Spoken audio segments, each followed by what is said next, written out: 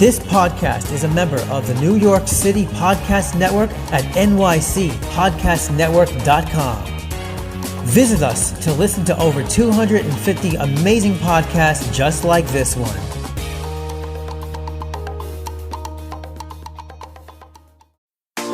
Japanese street style is some of the cutest and trendiest clothing in the world. Introducing Cherry Goddess Women's Clothing and Accessories, the hottest original and cute clothing company. We offer tops, clothes, accessories, shoes, dresses and skirts, and comfortable homeware that we guarantee you will love. Cherry Goddess Women's Clothing, super cute Japanese style clothing.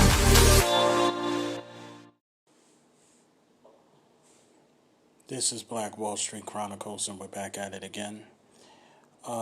Thank you for being patient for the next podcast episode. Currently, my laptop where I do my recordings is currently going through some maintenance, and unfortunately, I'm going to have to do my podcast directly to the cell phone. So if there's any sound quality problems, I'm very sorry. Today, in this episode of my podcast, I'm going to talk about the great soul singer Samuel Cooke. Samuel Cooke was considered to be the king of soul music, and he was responsible for putting a lot of black people on, and he was very adamant during the civil rights movement. And before we get started on this episode, I'll do some announcements. So, if you guys cannot listen to my podcast on Spotify, and you can't listen to my podcast on Apple, and you're not able to afford it, I am registered on the New York City Podcast Network. It's the New York City Podcast Network.com. If you type in Black Wall Street Chronicles, I should be on it. Also, my Instagram is BlackHage840. If you go to my Instagram, you'll see my bios. You go on my bios on my Instagram, it basically has all of my information where you can follow me. Facebook, Twitter, and Twitch. Okay. Now, let's get on with the Sam Cooke episode. Samuel Cooke, known professionally as Sam Cooke, was an American singer, songwriter, and entrepreneur, considered to be a pioneer of the genre and one of the most influential soul artists of all time. Cooke is commonly referred as the King of Soul for his distinctive vocals, notable contributions to the genre, and high significance in popular music. Cooke was born in Mississippi and later relocated to Chicago with his family at a young age, where he began singing as a child and joined the Soul Stirrers as the lead singer in the 1950s. Going solo in 1957, Cooke released a string of hit songs including You Send Me, A Change Is Gonna Come, Cupid, Wonderful World, Chain Gang, Twisting the Night Away, Bringing It Home to Me, and Good Times. During his 8-year career, Sam Cooke released singles that charted to the top 40 of the Billboard Pop Singles Chart, as well as the 20 singles in the top 10 Billboard Black Singles Chart. In 1964, Cooke was shot and killed by the manager of a hotel in Los Angeles. In an inquest and investigation, the courts ruled Cooke's death to be a justifiable homicide. His family has since questioned the circumstances of his death. Cooke's pioneering contributions to soul music contributed to the rise of Aretha Franklin, Bobby Womack, Al Green, Curtis Mayfield, Stevie Wonder, Marvin Gaye, and Billy Preston, and popularized the work of Otis Redding and James Brown. AllMusic biographer Bruce Elder wrote that Cooke was the inventor of soul music and possessed an incredible natural singing voice and a smooth, effortless delivery that has never been surpassed. Cooke was also a central part of the civil rights movement, using influence and popularity with the white and black population to fight for the cause. He was good friends with boxer Muhammad Ali, activist Malcolm X, and football player Jim Brown, together campaigning for racial equality. This friendship was explored and played film one night in Miami. Samuel Cooke was born in Clarksville, Mississippi in 1931. He was the fifth of 8 children of the Reverend Charles Cooke, a minister in the Church of Christ of Holiness, and his wife Annie Mae. One of the younger brothers later became a member of the doo-wop band Johnny Keys and the Magnificents. The family moved to Chicago in 1933. Cooke attended Doolittle Elementary and Wendell Phillips Academy High School in Chicago, the same school that Nat King Cole had attended a few years earlier. Sam Cooke began his career with his siblings in a group called the Singing Children when he was 6 years old. He became a lead singer in the Highway QCs when he was a teenager, having joined the group at the age of 14. During this time, Cooke befriended a fellow gospel singer and neighbor Lou Rawls, who sang in a rival gospel group. In 1950, Cooke replaced gospel tenor R.H. Harris as the lead singer of the gospel group the Soul Stringers, founded by Harris, who was signed with Specialty Records on behalf of the group. The first recording under Cooke's leadership was the song Jesus Gave Me Water in 1951. They also recorded the gospel songs Peace in the Valley and How Far I Am from Canaan, Jesus Paid the Debt, and One More River, among many others, some of which he wrote. Cooke was often credited for bringing gospel music to the attention of a young crowd of listeners, mainly girls who would rush to the stage when soulstrutters hit the stage just to get a glimpse of Cooke. Billboard's 2015 list, the greatest 35 greatest R&B artists of all time, includes Cooke, who broke ground in 1957 with the R&B pop-over crossover hit You Send Me, and his activism on civil rights front resulted in the quiet protest song And Change Is Gonna Come. Cooke had 30 U.S. top 40 hits between 1957 and 1964. Plus 3 more posthumously major hits like You Send Me, A Change Is Gonna Come, Cupid, Chain Gang, Wonderful World, Another Saturday Night, and Twisting the Night Away are some of his most popular songs. Twisting the Night Away was one of his biggest selling albums. Cooke was one of the first modern black performers and composers to attend the business side of his music career. He founded a record label and a publishing company as an extension of his careers as a singer and as a composer. He also took an active part in the civil rights movement. His first pop soul singer was Lovable, a remake of gospel song Wonderful. It was released under the alias Dale Cooke in order not to alienate his gospel fan base. There was a considerable stigma around gospel singers performing secular music. However, it fooled no one. Cooke's unique and distinctive vocals was easily recognized. Art Roop, head of Specialty Records, the label of Soul Riders, gave his blessing for Cooke to record secular music under his real name, but he was unhappy with the type of music Cooke and producer Bump Backwell were making. Roop expected Cooke's secular music to be similar of another Specialty record artist, Little Richard. When Roop walked in on the recording session and heard Cooke covering Gershwin, he was quite upset. After an argument between Roop and Backwell, Cooke and Backwell left the label. Lovable was never a hit, but neither did it flop, and indicated Cooke's future potential. While gospel was popular, Cooke saw their fans mostly limited to low-income rural parts of the country and sought to branch out. Cooke later admitted he got an endorsement for a career in pop music was from the least likely man, his pastoral father. My father told me it was not what I sang what was important, but that God gave me a voice and musical talent, and the true use of his gifts was to share it and make people happy. Taking the name Sam Cooke, he started a fresh start in pop. In 1957, Cooke appeared on ABC The Guy Mitchell Show. The same year, he signed with King Records. His first hit, You Send Me, was released as a B-side Summertime, spent 6 weeks at number 1 on the Billboard R&B chart. The song had mainstream success, spending 3 weeks at number 1 on the Billboard Pop chart. 1958, Cooke performed for the famed Cavalcade of a Jazz concert produced by Leon Hefford Sr., held at the Strine Auditorium on August 3rd. The other headliners were Little Willie John, Ray Charles, Erling Freeman, and Bo Rambo. Sammy Davis Jr. was there to crown the winner of the Miss Cavalcade of Jazz Beauty contest. The event featured the top 4 prominent disc jockey of Los Angeles. Cooke signed with the R.C. Victor record label in January 1960, having been offered guaranteed $100,000, equivalent in $60,000 in 2019, by the label's producers Hugo and Luigi. One of his first R.C. Victor singles was Chain Gang, which released number 2 on the Billboard pop chart.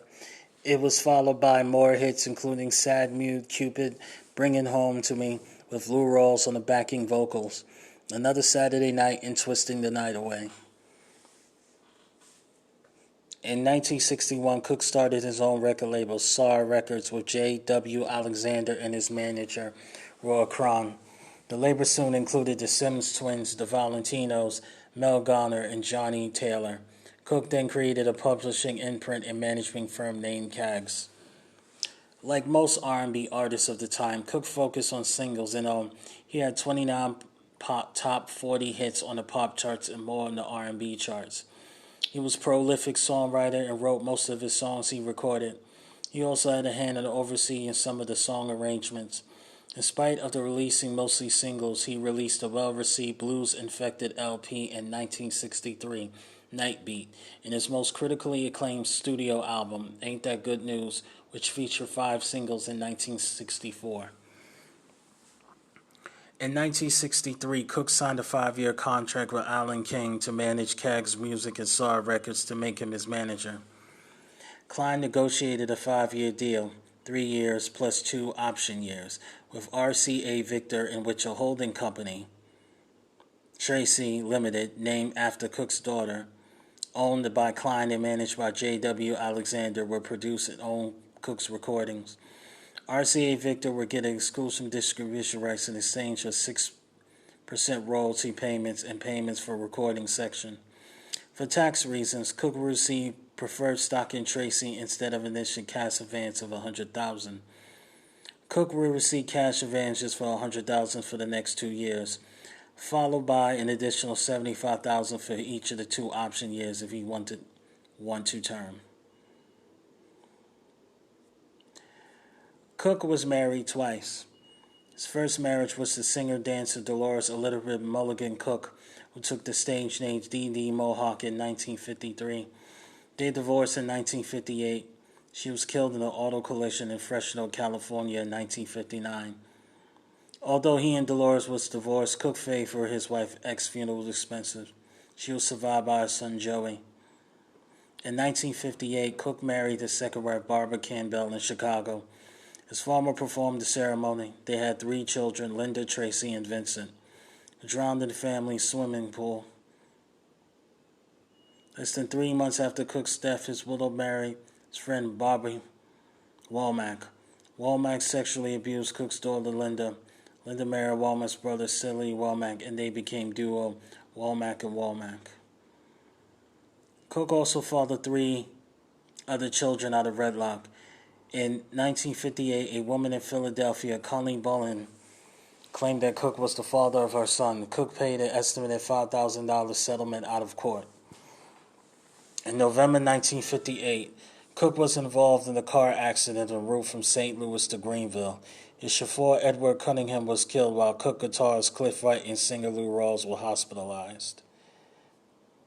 Cooke was killed at the age of 33 on December 11, 1964, at the Hacienda Motel in Los Angeles, California. Answering separate reports of a shooting and kidnapping in the motel, police found Cooke's corpse. He had sustained a gunshot wound to the chest, which was later determined to have pierced his heart. The hotel manager, Bertha Franklin, claimed to have shot him in self-defense.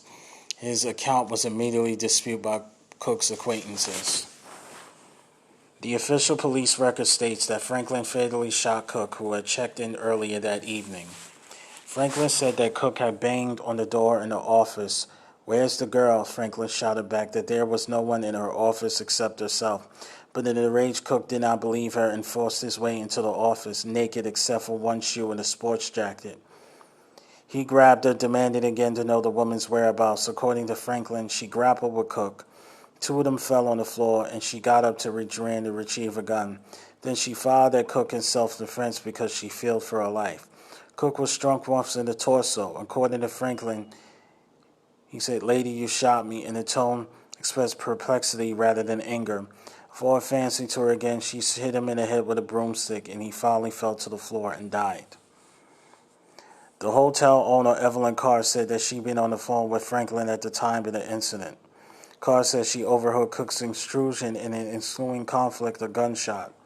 She called the police to request that officers go to the motel, telling them that she believed a shooting had occurred. A coroner's inquest was convened to investigate the incident. The woman who had accompanied Cooke to the motel was identified as Elisa Boyer, who had called the police several minutes before Carr had. Boyer had called at a telephone booth near the motel. Boyer told police she first had met Cooke earlier that night and spent the evening in his company. She said that after they left the local nightclub together, she had repeatedly requested to take her home, but instead took her against her will to the Hacienda Motel. She said that once in the hotel rooms, Cooke physically forced her into the bed and then stripped her to her panties. She said that she was sure was going to rape her. Cooke allowed her to use the bathroom, from which she attempted to escape but found that the window was firmly shut.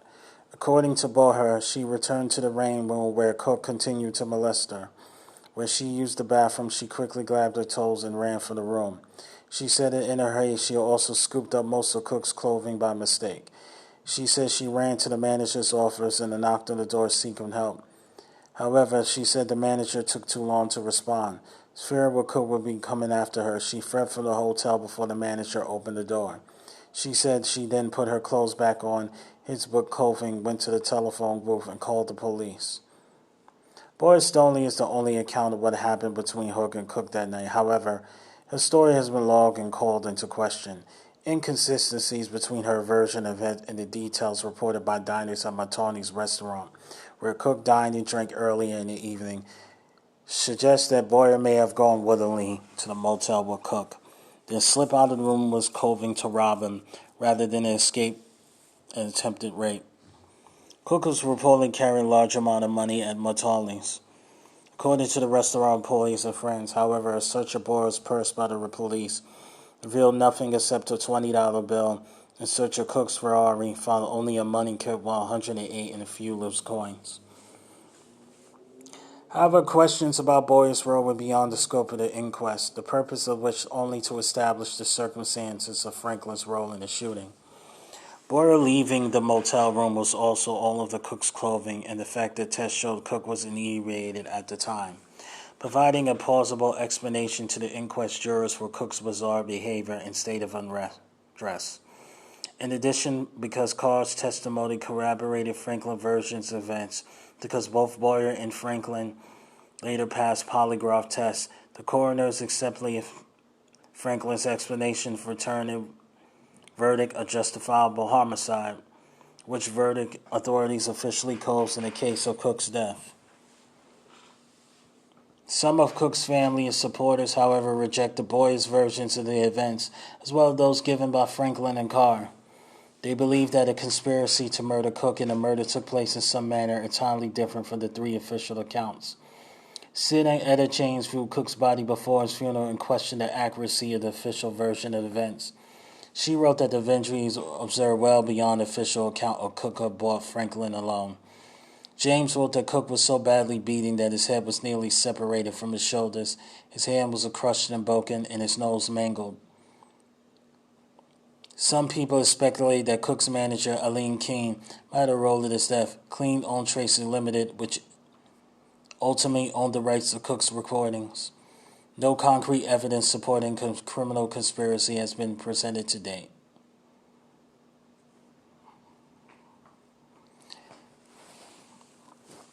The first funeral service for Cooke was held on December 18, 1964 at A.R. Leak Funeral Home in Chicago. 200,000 fans lined up for more than 4 city blocks to view his body. Afterward, his body was flown back to Los Angeles for a second service at the St. Mount Sinai Baptist Church on December 19, which included a much heralded performance of Angels Keep Watching Over Me by Ray Charles. who stood for grief-stricken Bessie Griffin. Cooke was interred at Forest Lawn Memorial Park Cemetery in Glendale, California.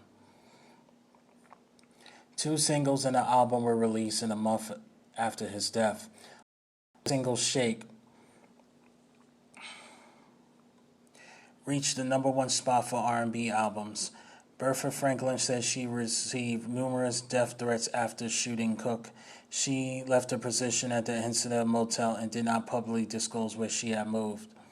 After being cleared by the coroner's jury, she sued Cooke's estate, citing physical injuries and mental anguish suffered as a result of Cooke's attack.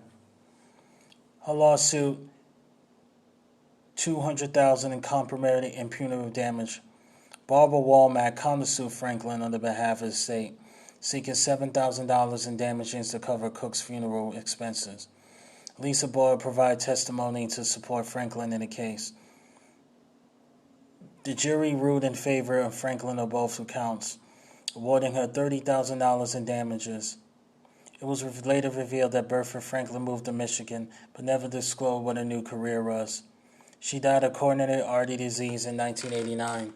In 1979, Elsa Boyer was found guilty of second-degree murder and death of her boyfriend and sentenced to 25 to life imprisonment. Her conviction regained interest in the Sam Cooke case and gave fuel to conspiracy theories about his death. Yeah, so Elsa Boyer was a murderer. Portrayed by Paul Mooney in the Buddy Holly story, 1970 American biography film, which tells the story of life of rock musician Buddy Holly. In the stage play One Night in Miami, first performed in 2013, Cooke is portrayed by Anise King. In the 2020 film adaptation, he is played by Leslie Odom Jr. Posthumous honors. In 1986, Cooke was inducted as a charter member of the Rock and Roll Hall of Fame. In 1987, Cooke was inducted to the Songwriters Hall of Fame. In 1989, Cooke was inducted to the second time to the Rock and Roll Hall of Fame when the Soul Stirrers was included. On February 1st, 1994, Cooke received a star on the Hollywood Walk of Fame for his contributions to the music industry, located on 751 Hollywood Boulevard. Although Cooke never won a Grammy Award, he received a Grammy Lifetime Achievement Award in 1999, presented by Larry Buckman of funk supergroup Cameo. 2004 Rolling Stone ranked Cooke 16th in its list of 100 greatest artists of all time. In 2008, Cooke was named the 4th greatest singer of all time by Rolling Stone. In 2008, Cooke received the first plaque on the Clarksdale Walk of Fame, located at the new Roxy Theater. 2009, Cooke was honored with a marker on Mississippi Blues Trail in Clarksdale. In June 2011, the city of Chicago renamed the portion of East 36th Street near Cottage Grove Avenue as the honorary Sam Cooke Way to remember the singer near a corner where he hung out and sang as a teenager. 2013, Cooke was inducted to the National Rhythm and Blues Hall of Fame in Cleveland, Ohio, at Cleveland State University. The founder of the National Rhythm and Blues Hall of Fame Museum, Lamont Robinson, said he was the greatest singer to ever sing. Sam Cooke quote, "A change is going to come. It's on the raw compressed quote as a space of reflection in the Smithsonian National Museum of African American History and Culture. The museum opened in 2016. Cooke is inducted into the Mississippi Musicians Hall of Fame. Here's his discography. Sam Cooke, 1958. Encore, 1958. Tribute to the Lady, 1959. Cooke's Tour, 1960. Hit of the 50s, 1960. The Wonderful World of Sam Cooke, 1960. Swing Low, 1961. My Kind of Blues, 1961. Twisting the Night Away, 1962. Mr. Soul, 1963. Night Beat, 1963. Ain't That Good News, 1964. Sam Cooke at the Copa, 1964.